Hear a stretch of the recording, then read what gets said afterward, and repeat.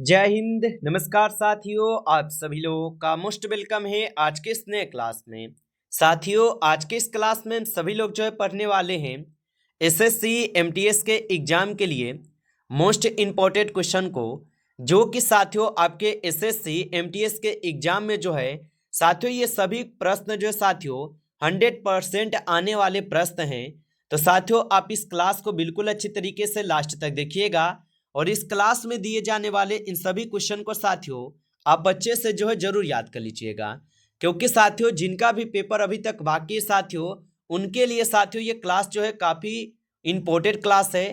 तो आप अच्छे से देखिए और इन सभी क्वेश्चन को साथियों याद कर लीजिए, क्योंकि साथियों आपके हर एक शिफ्ट में जो साथियों यहाँ से क्वेश्चन आपको देखने को मिल रहे हैं। तो आप अच्छे से क्लास को देखिएगा, जिससे कि आप जो है अपने आने वाले एग्जाम में जो है सभी क्वेश्चन को जो है ना बना पाएंगे आसानी तरीके से। तो चलिए क्लास को स्टार्ट करते हैं। उनसे पहले यदि आप इस चैनल पे पहली बार जुड़े हैं तो साथियों आप जो है इस चैनल को सब्सक्राइब कर लीजिए और सब्सक्राइब करके साथियों आप ऑल नोटिफिकेशन को ऑल पे दबा के जुड़ जाइए, जिससे कि जब भी कोई नई क्लास हो सबसे पहले क्लास का नोटिफिकेशन आपके पास जो है साथियों पहुंच सके। तो आप इस चैनल को सब्सक्राइब कर लीजिए, साथ ही साथ आप जो है इस क्लास को भी साथियों लाइक जरूर कर लीजिएगा। तो चलिए क्लास को स्टार्ट करते हैं और देखिएगा साथियों क्वेश्चन क्या है। साथियों क्वेश्चन है कि सार्स किसके द्वारा फैलने वाला रोग है। चलिए बताएंगे साथियों। ये सभी क्वेश्चन जो है साथियों काफी इंपोर्टेंट और सिलेक्टेड क्वेश्चन है, जो कि आपके पेपर में जो है साथियों 100% जो है यहाँ से साथियों क्वेश्चन आपको देखने को मिलेंगे। तो आप अच्छे से इन सभी क्वेश्चन को साथियों याद कर लीजिएगा और बताइएगा कि सार्स किसके द्वारा फैलने वाला रोग है। तो याद रखिएगा साथियों सार्स जो है साथियों ये आपके विषाणु के द्वारा फैलने वाला एक रोग है। ऑप्शन यहाँ पे बी सही जवाब है। चलिए अगला क्वेश्चन देखेंगे कि श्वेत क्रांति का संबंध जो है किससे है। चलिए बताएंगे साथियों कि श्वेत क्रांति का संबंध जो है साथियों किससे होगा। तो याद रखिएगा साथियों श्वेत क्रांति का संबंध जो है साथियों दुग्ध उत्पादन से हो जाएंगे। ऑप्शन यहाँ पे बी सही जवाब है, दुग्ध उत्पादन से। अगला क्वेश्चन देखेंगे साथियों कि अंतिम मुगल शासक कौन था। चलिए बताएंगे साथियों कि अंतिम मुगल शासक जो है कौन था। तो याद रखिएगा साथियों अंतिम मुगल शासक जो है यहाँ पे हो जाएंगे आपके कौन। तो याद रखिएगा बहादुर शाह जफर जो है ये अंतिम मुगल शासक थे। ऑप्शन ए सही जवाब है, याद रखेंगे। अगला क्वेश्चन है यहाँ पे कि क्षेत्रफल की दृष्टि से विश्व में भारत का कौन सा स्थान है। चलिए बताइए साथियों। तो क्षेत्रफल की दृष्टि से विश्व में भारत का कौन सा स्थान है। तो याद रखेंगे साथियों यहाँ पे इस क्वेश्चन का सही जवाब ऑप्शन डी करेंगे, 7वां स्थान है। ऑप्शन यहाँ पे डी सही जवाब है साथियों, याद रखिएगा। अगला क्वेश्चन है यहाँ पे आपका कि प्रसिद्ध जाकिर हुसैन का संबंध किससे है। बताइए साथियों कि प्रसिद्ध जाकिर हुसैन का संबंध किससे है। तो याद रखिएगा साथियों यहाँ पे इस क्वेश्चन का आपका सही जवाब जो है ऑप्शन यहाँ पे डी हो जाएंगे, तबला वादन से है। ऑप्शन डी सही जवाब है, याद रखेंगे। अगला क्वेश्चन है कि कौन सी नहर लाल सागर और भूमध्य सागर को जोड़ती है। चलिए बताइए साथियों। साथियों ये सभी क्वेश्चन जो है काफी इंपोर्टेंट और वीवीआई सेलेक्टेड क्वेश्चन है, जो कि साथियों आपके एग्जाम में जो है 100% साथियों क्वेश्चन जो है ये आपको देखने को मिलेंगे। तो आप अच्छे से इन सभी क्वेश्चन को याद कर लीजिएगा और बताइए कि कौन सी नहर लाल सागर को भूमध्य सागर से जोड़ती है। तो याद रखेंगे साथियों यहाँ पे इस क्वेश्चन का सही जवाब सुएज नहर हो जाएंगे। ऑप्शन यहाँ पे डी कीजिएगा साथियों, सुएज नहर हो जाएंगे। अगला क्वेश्चन है यहाँ पे कि निम्न में से कौन नाजीवाद के संस्थापक थे।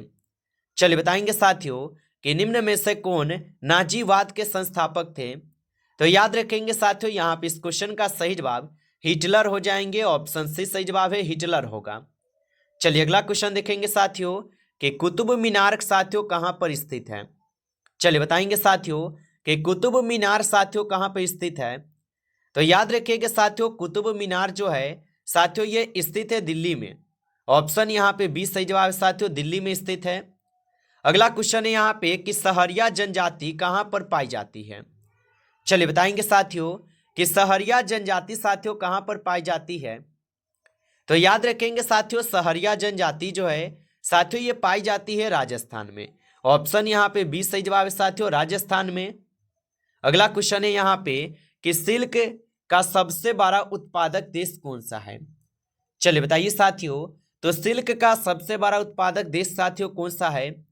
तो याद रखेंगे साथियों, यहाँ पे चीन हो जाएंगे। ऑप्शन बी कीजिएगा सही जवाब, चीन हो जाएंगे।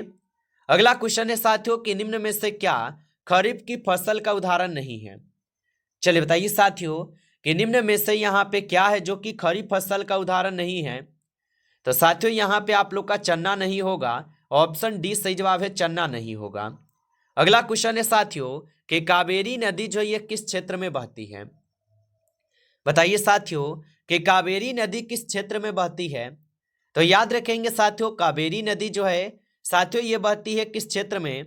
तो याद रखिएगा साथियों, यहाँ पे इस क्वेश्चन का सही जवाब ऑप्शन डी है साथियों, दक्षिण में बहती है। ऑप्शन डी सही जवाब है। अगला क्वेश्चन है साथियों कि गंगा यमुना नदी का संगम स्थल कौन सा है? चलिए बताएंगे साथियों, तो गंगा यमुना नदी का जो संगम स्थल है साथियों कौन सा है? तो याद रखिएगा साथियों, यहाँ पे इस क्वेश्चन का सही जवाब प्रयागराज हो जाएंगे। ऑप्शन ए कीजिएगा सही जवाब, प्रयागराज है। अगला क्वेश्चन है कि दल बदल कानून साथियों कब पारित किया गया था?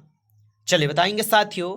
और साथियों आप अभी तक जो है इस क्लास को साथियों लाइक नहीं किए होंगे, तो साथियों आप इस क्लास को एक बार ज़्यादा से ज़्यादा आप लाइक कर लीजिएगा। नए जुड़े हैं चैनल पे तो आप इस चैनल को भी सब्सक्राइब करके आप ऑल नोटिफिकेशन को ऑल पे दबा के जुड़ जाइए, जिससे कि जब भी कोई नई क्लास हो सबसे पहले क्लास का नोटिफिकेशन आपके पास जो है साथियों पहुंच सके। तो आप इस चैनल को सब्सक्राइब जरूर कर लीजिएगा। तो चलिए क्लास को यहाँ पे आगे बढ़ाते हैं। और देखिए साथियों, क्वेश्चन है कि दल बदल कानून जो है साथियों कब पारित किया गया? तो याद रखेंगे साथियों, दल बदल विरोधी कानून जो है साथियों ये आपके 1985 में पारित की जाती है। ऑप्शन सी सही जवाब है। अगला प्रश्न है कि पेस मेकर का संबंध शरीर के किस अंग से है?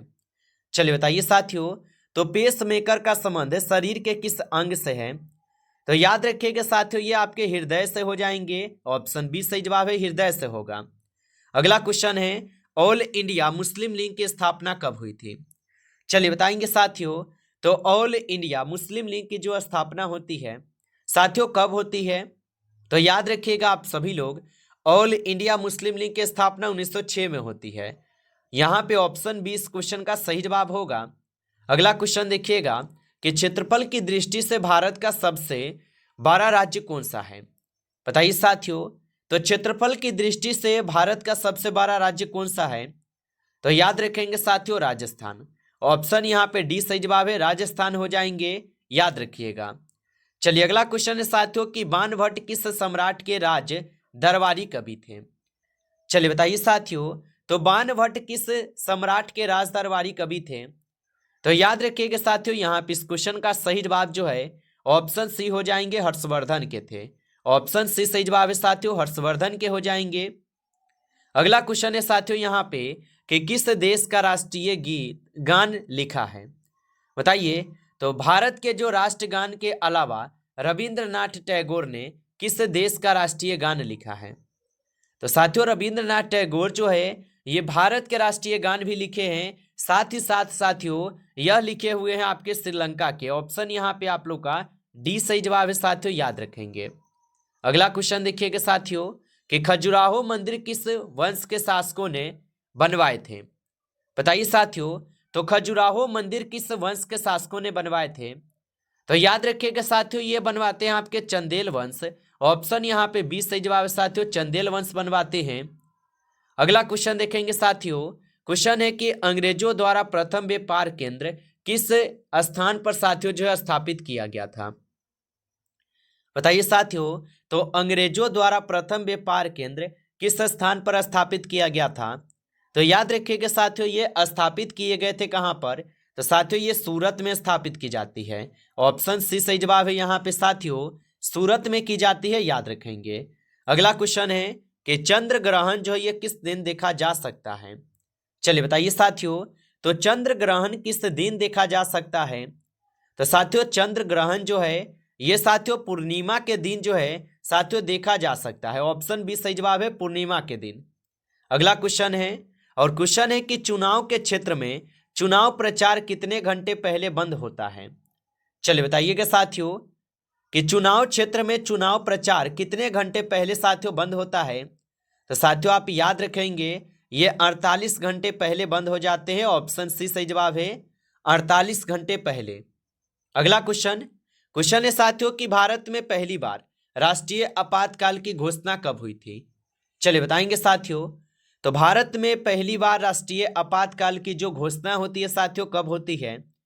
तो याद रखेंगे साथियों, यह घोषणा कब होती है? तो यह घोषणा आपके 1962 में होती है। ऑप्शन यहाँ पे डी सही जवाब होगा साथियों, 1962 में होती है। अगला क्वेश्चन है कि किस संविधान संशोधन के तहत गोवा को साथियों एक राज्य का दर्जा दिया गया? बताइए साथियों, तो किस संविधान संशोधन के तहत गोवा को एक राज्य का दर्जा दिया गया? तो याद रखेंगे साथियों, इनको दिए गए थे आपके 56वां संशोधन के तहत। ऑप्शन यहाँ पे आप लोग का डी सही जवाब है, 56वां संशोधन के तहत। अगला क्वेश्चन है, और क्वेश्चन है साथियों कि किस अनुच्छेद के तहत राष्ट्रीय वित्त आयोग का गठन है? चलिए बताएंगे साथियों, तो किस अनुच्छेद के तहत राष्ट्रीय वित्त आयोग का गठन है? तो याद रखिएगा साथियों, यहाँ पे इस क्वेश्चन का सही जवाब जो है ऑप्शन यहाँ पे साथियों आप लोग का डी हो जाएंगे, अनुच्छेद 280 के तहत है। ऑप्शन डी सही जवाब है, अनुच्छेद 280 के तहत। अगला क्वेश्चन है साथियों, भारत की आजादी के समय भारत का वायसराय कौन था? बताइए साथियों, तो भारत की आजादी के समय भारत का वायसराय कौन था? तो याद रख लेंगे साथियों, यहाँ पे इस क्वेश्चन का सही जवाब जो है साथियों, ऑप्शन यहाँ पे साथियों आप सभी लोग का क्या हो जाएंगे? तो साथियों यहाँ पे लॉर्ड माउंटबेटन हो जाएंगे। ऑप्शन डी करेंगे सही जवाब, लॉर्ड माउंटबेटन है। अगला क्वेश्चन है साथियों कि किस प्रक्रिया द्वारा ऊष्मा हस्तांतरण के लिए किसी माध्यम की साथियों आवश्यकता नहीं होती है? बताइए, तो किस प्रक्रिया द्वारा ऊष्मा हस्तांतरण के लिए किसी माध्यम की आवश्यकता नहीं होती? तो याद रखेंगे साथियों, यहाँ पे इस क्वेश्चन का सही जवाब विकिरण हो जाएंगे। ऑप्शन सी सही जवाब है, विकिरण हो जाएंगे। अगला क्वेश्चन है साथियों कि छोटी आंत किस अंग का हिस्सा है? बताइए साथियों, तो छोटी आंत किस अंग का हिस्सा होगा? तो साथियों छोटी आंत जो है साथियों ये पाचन तंत्र के हिस्सा होते हैं। ऑप्शन डी सही जवाब है, पाचन तंत्र हो जाएंगे, याद रखिएगा।